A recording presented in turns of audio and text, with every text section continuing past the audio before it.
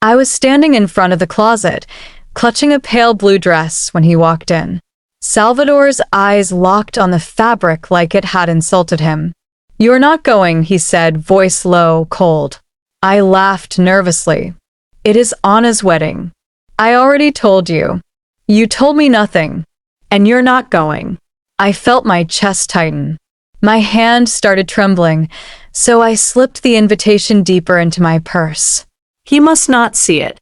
I had kept it hidden for weeks, terrified of this exact moment. He stepped closer, brushing a strand of hair behind my ear, but his touch made my stomach turn. A woman in a dress like that, around drunk men? No. I know how men look at you. That was when it hit me. This was not love. This was not protection. This was prison, with scented candles and soft music in the background. And I had handed him the key. Before I continue, I want to say a massive thank you to all our subscribers.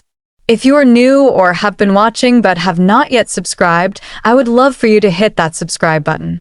It is what fuels this channel and keeps us going. And do not forget to share your thoughts in the comments. I read every single one.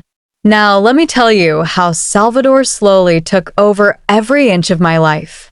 I was 32 when I met him, working remotely as a graphic designer, living in a quiet town in Vermont.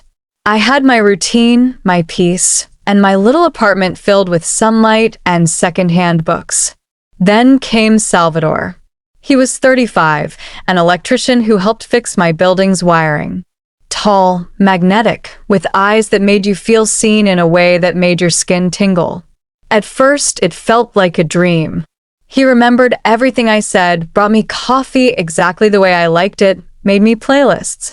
He said I was his whole world within weeks. I had never felt so wanted, so chosen. But slowly, the dream changed. It started with little things. He would say, "Do you really want to wear that?"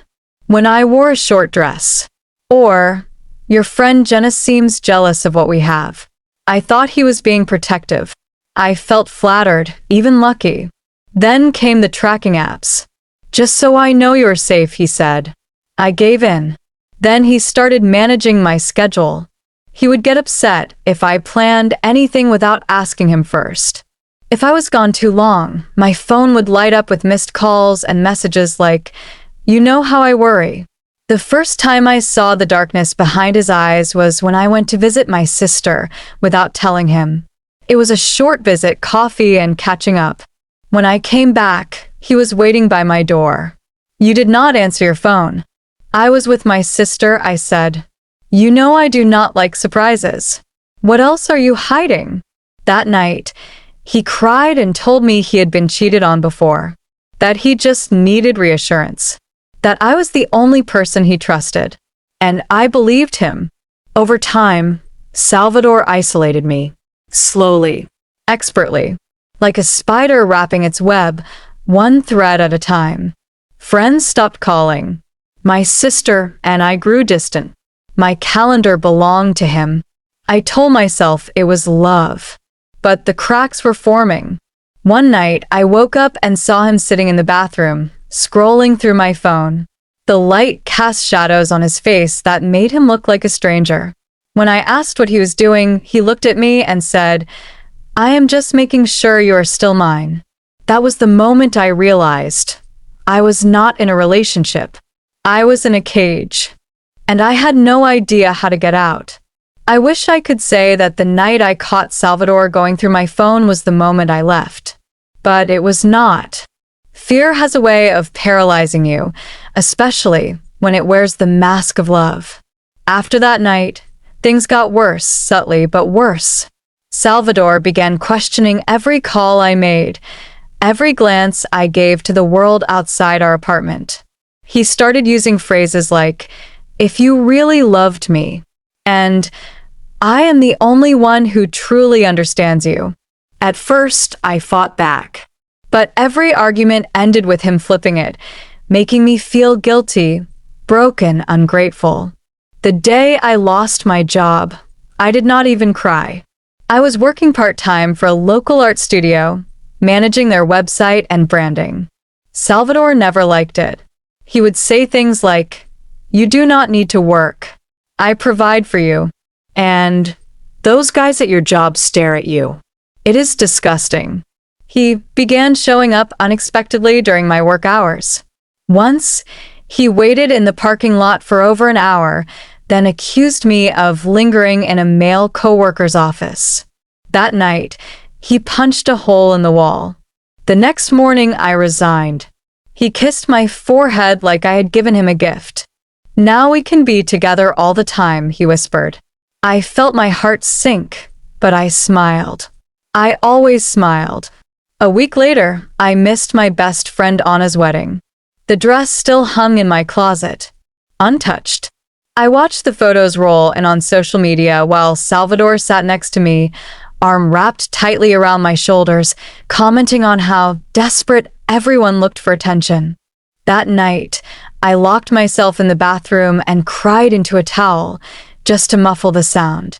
I started journaling, just a few lines each day, tucked behind a row of books he never touched. Today I feel small. I do not recognize my voice anymore.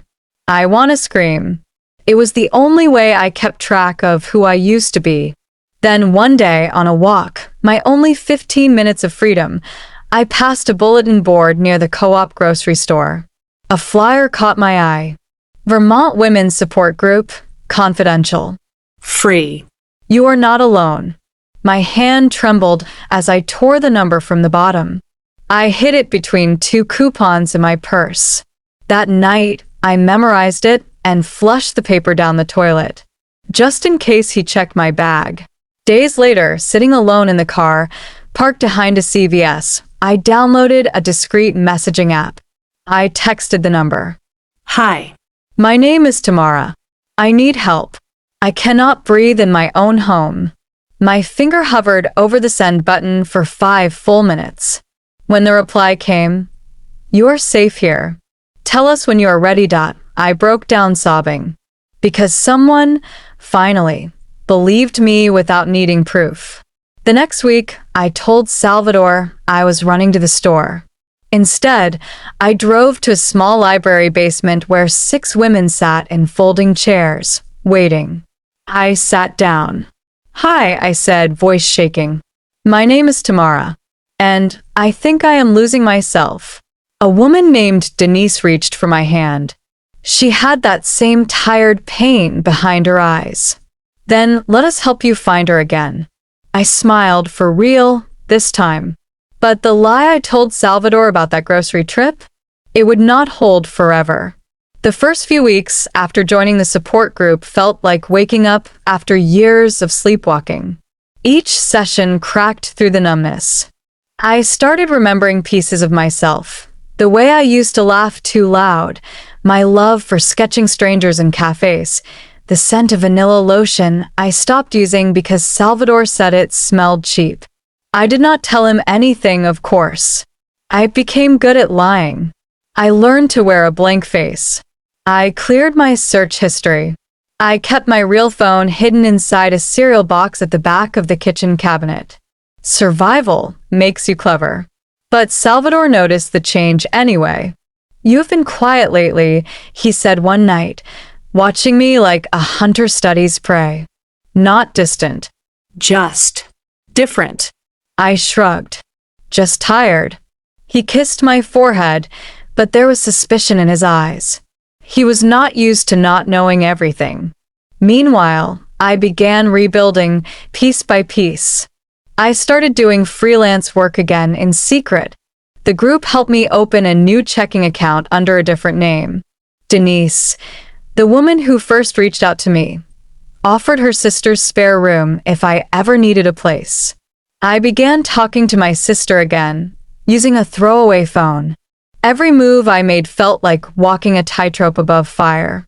But with each step, I got stronger. Then came the moment everything shifted. Salvador came home early from work. I was in the bathroom, texting Denise. "My real porn was in my hand." He banged on the door. What are you doing in there? I panicked. tucked the phone into the laundry bin, and opened the door. He stepped in, pushed past me, and dug through the hamper. He found nothing, but his eyes. They burned with something I had only seen once before when he smashed his fist through the wall. He grabbed my wrist. "You are hiding something. I can feel it." "I am not," I whispered. He stared at me for a long time. Then he said, "I want you to delete every contact in your phone. Everyone but me." Do it now. And that was when something snapped. No. He blinked. What? I said no. For the first time, I looked him straight in the eyes without flinching. My heart was beating so fast, I thought I might pass out, but I did not move. You do not own me, I said. He moved toward me. I backed away. Tamara. Do not do this. I already have. I had texted a code word to Denise an hour earlier. Grocery list. It meant, be ready. 10 minutes later, she was parked 2 blocks away with her engine running. When Salvador went to shower, I grabbed my bag, my hidden phone, and walked out the door without a sound. I did not run. I walked. Slowly, steadily. When I got into Denise's car, I started crying. She held my hand all the way to her sister's house. It has been 10 months since I left. I now live in a small apartment above a bakery. I go to therapy. I drink coffee at the cafe I used to sketch in. I wear what I want. I laugh as loud as I feel. And no one tracks my location. Salvador tried to contact me. Once. I blocked him.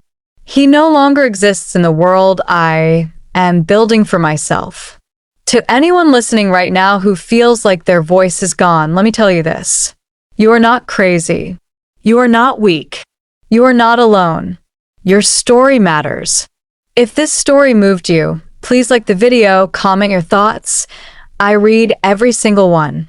And share this with someone who might need it. Do not forget to subscribe for more real, raw stories like this one. Your voice can be taken, but it can also be reclaimed. Thank you for listening.